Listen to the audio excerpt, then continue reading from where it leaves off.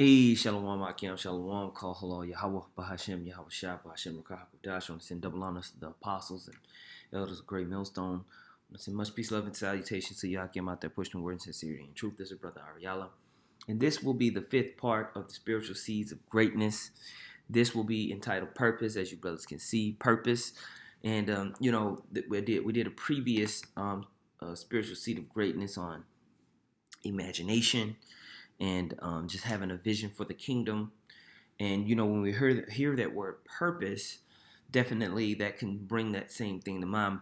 But when I want to talk about purpose, I want to talk about that driving force of why you do what you do. When you do have a vision for the kingdom, when you do want to be with the Lord, you want to be saved. That there's a driving purpose in your life, and that's where you start to really put things in place to actually make it an achievable goal. And so I want to talk about that, within our day-to-day walk. I like to talk about practicality and, just some points for being here and why we're here and making sure that we are taking responsibility as individual men within the ministry to actually say, hey, I am a part of something. I am, in my day-to-day life, creating the habits necessary that the Bible has laid out for me to be within the ministry and win. And so, first thing I want to read here concerning purpose is, there's 5 points that I want to make, for 4 or 5 points. The first one is, have you counted the cost? For the young brothers and even the sisters that are on the other side watching these and learning from these videos, for young men within the camps, and maybe even some brothers that have been here for a while, have you actually counted the cost? Have you actually considered that the Most High said this is something that you're putting your life up for?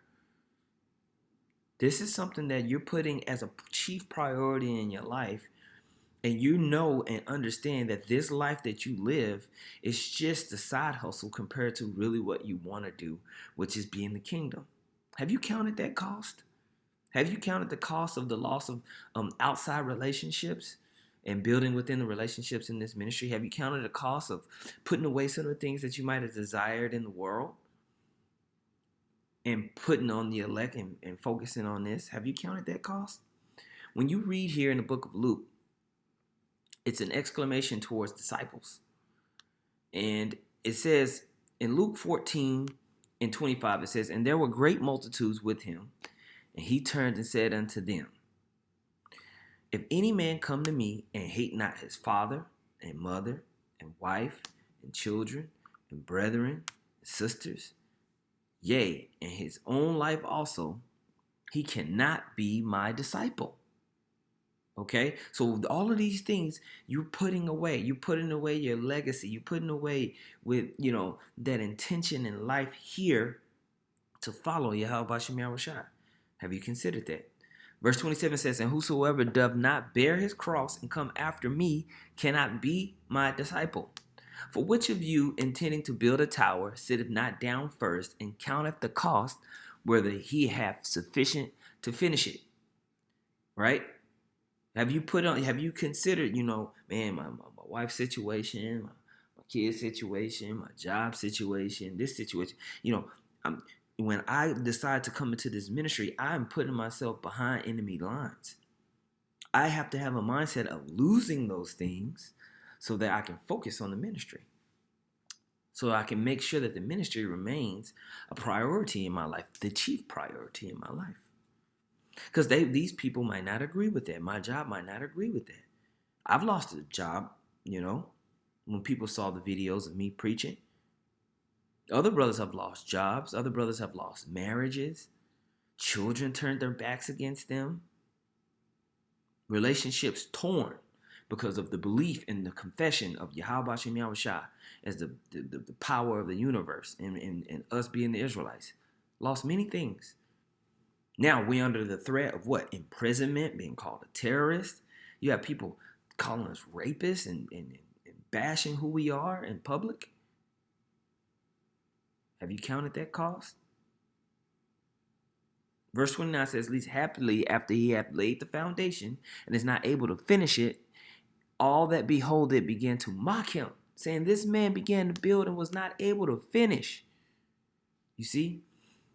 And that's what happens when you start within this truth. You haven't counted the cost of maybe the loss and strain of relationships and situations.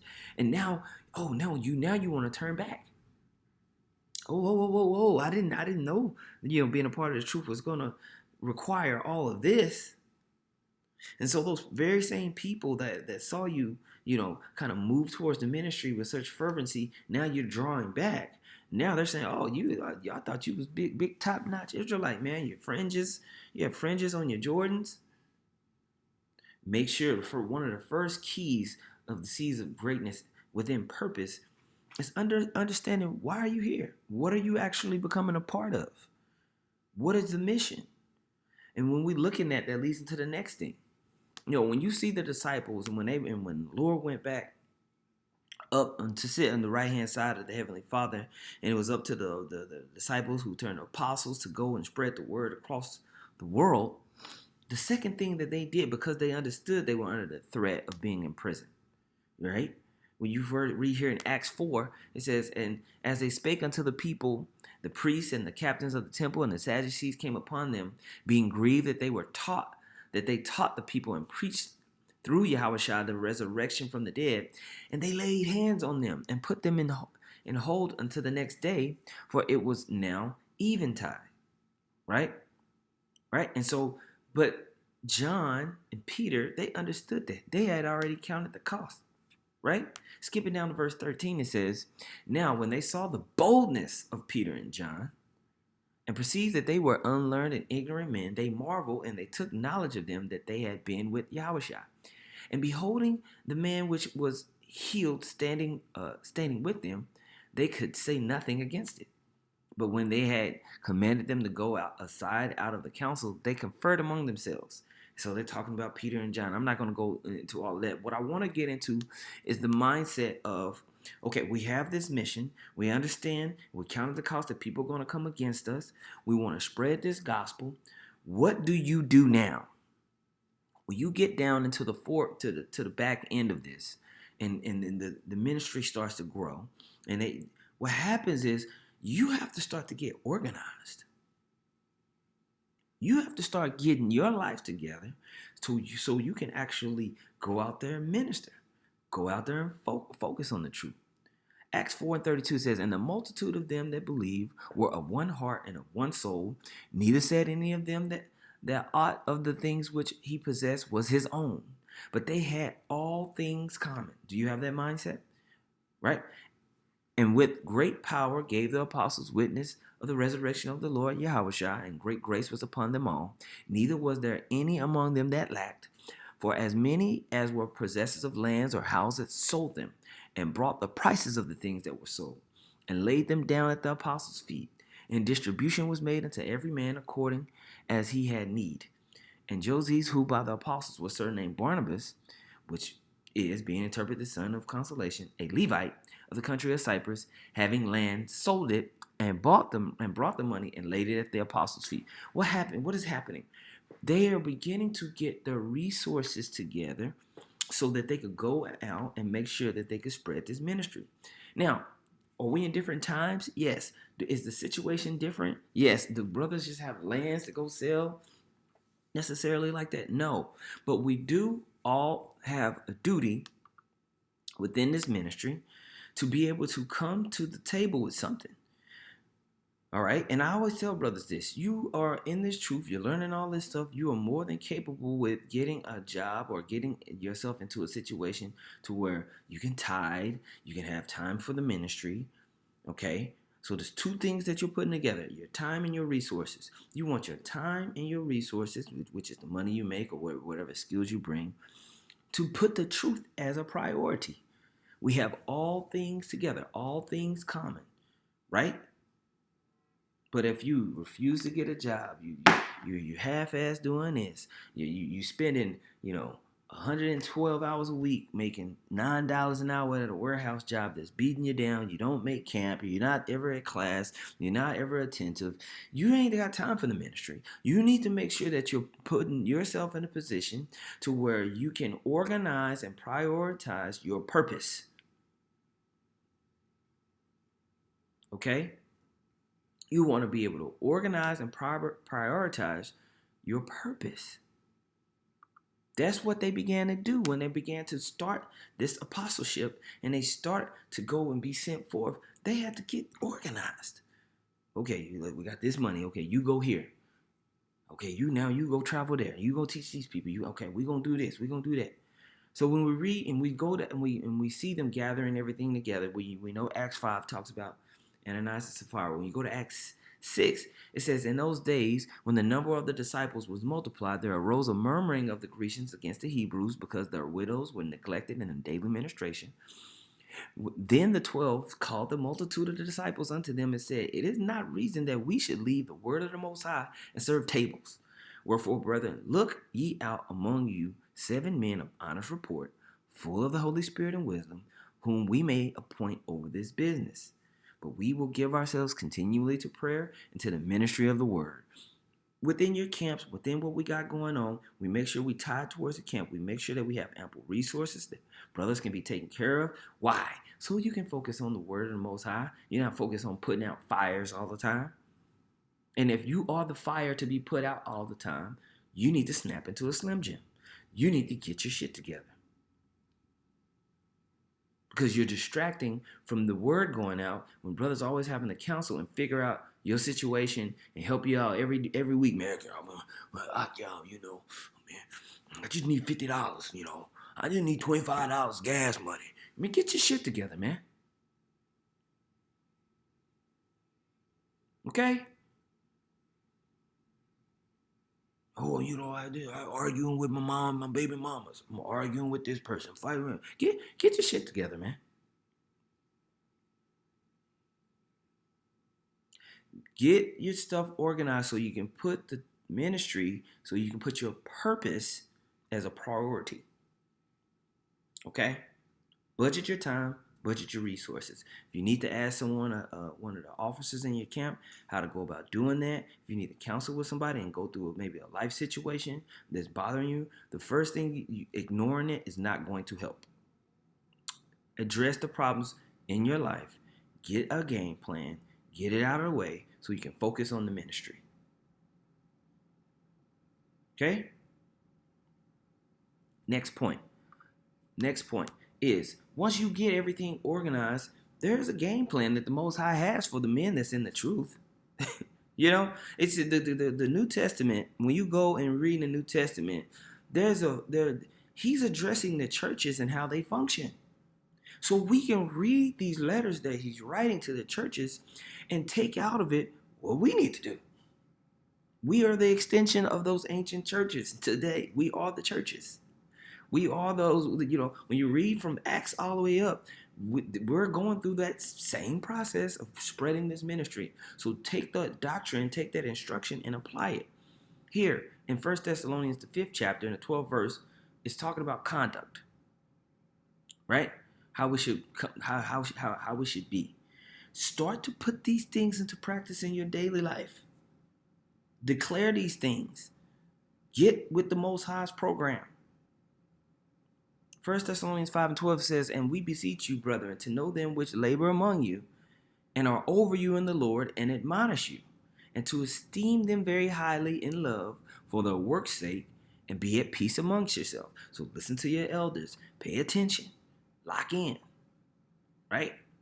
14. Now we exhort you, brethren.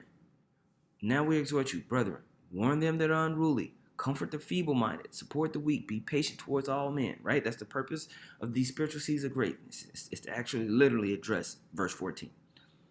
Verse 15 says, see that none render evil for evil unto any man, but ever follow that which is good, both among yourselves and to all men. Rejoice evermore. Be thankful that you're a part of something that's great.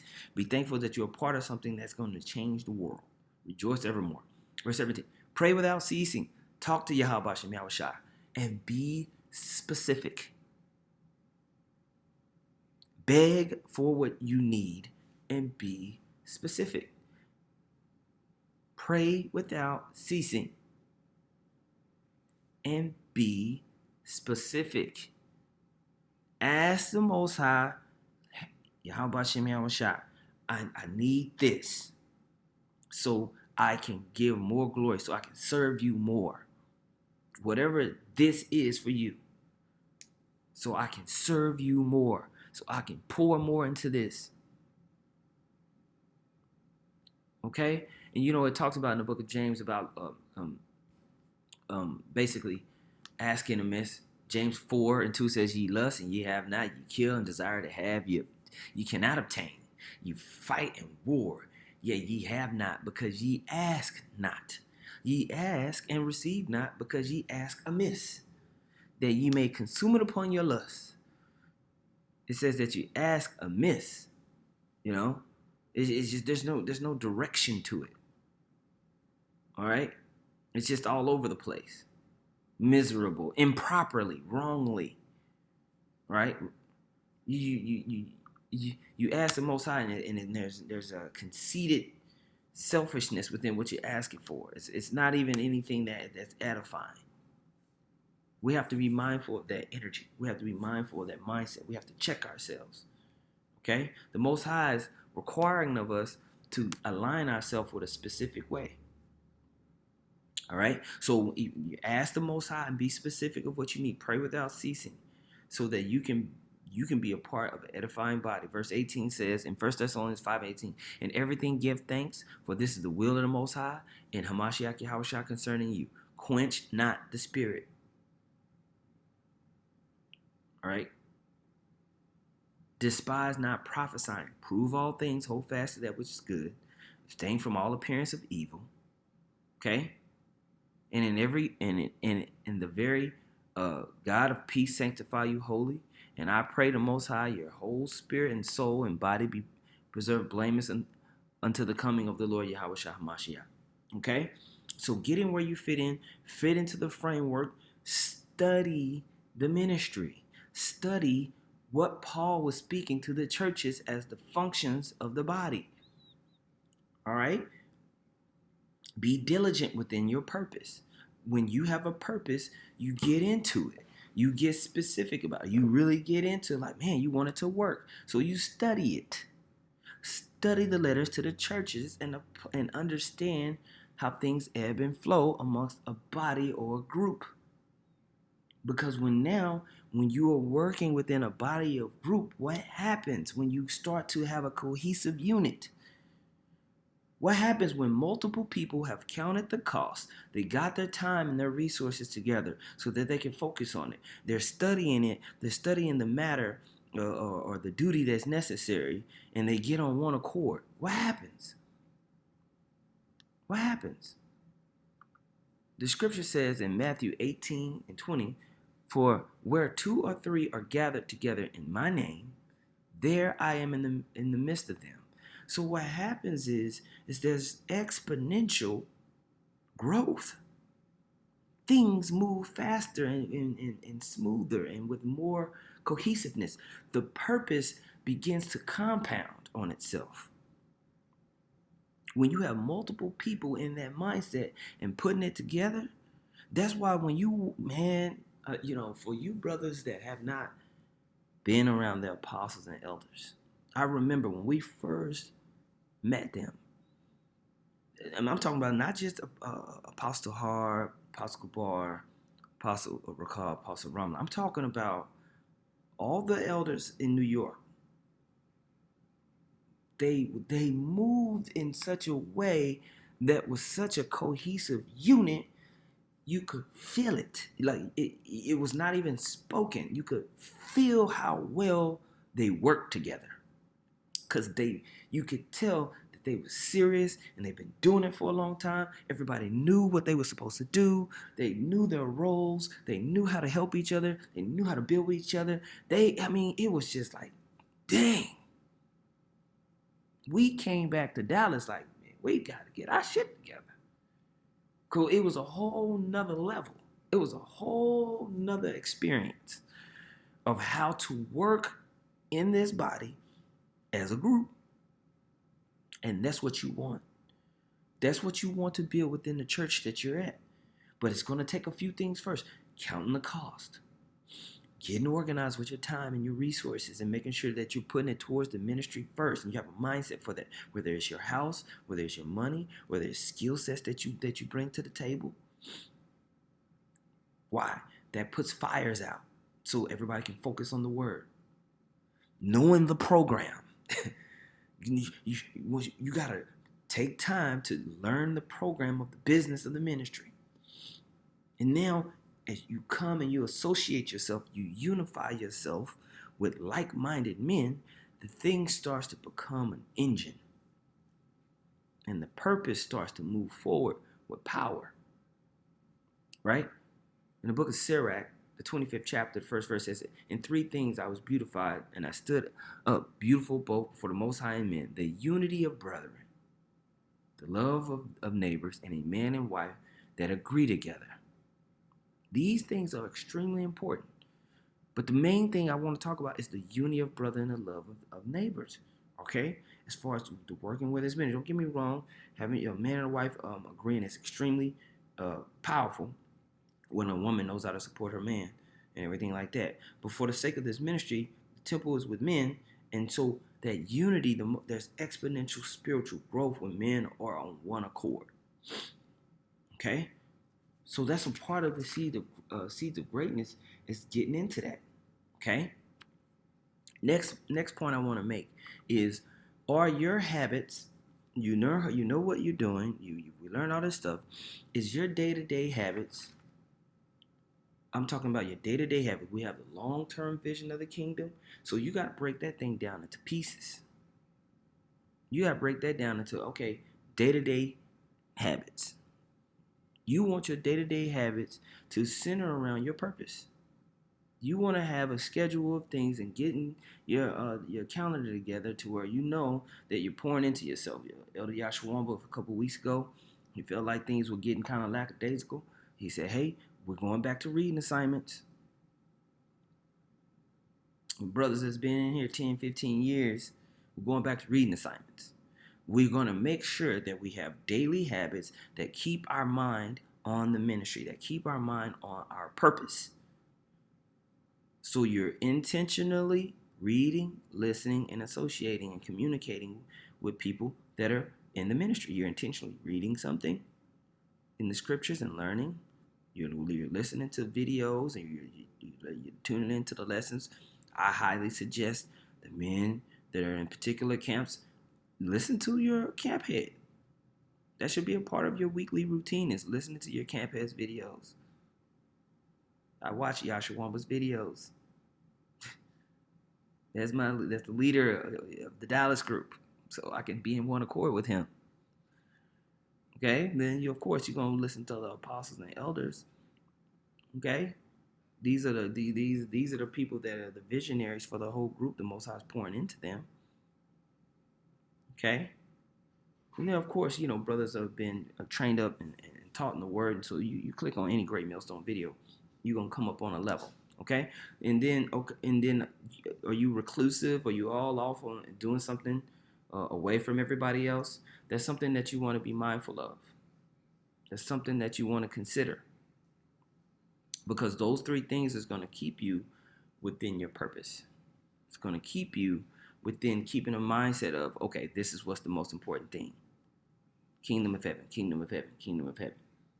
Okay, so here in 1 Corinthians, the 9th chapter, and the 24th verse, it says, "Know ye not that they which run in a race run all, but one receiveth the prize. So run that you may obtain." Are you running that you may obtain the prize? Are you making sure that you're putting your best foot forward? We all have to consider this and be self-aware. We all go up and have our issues, right?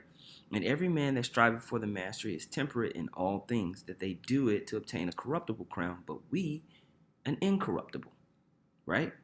I therefore so run, not as uncertainly, so fight I, not as one that beateth the air.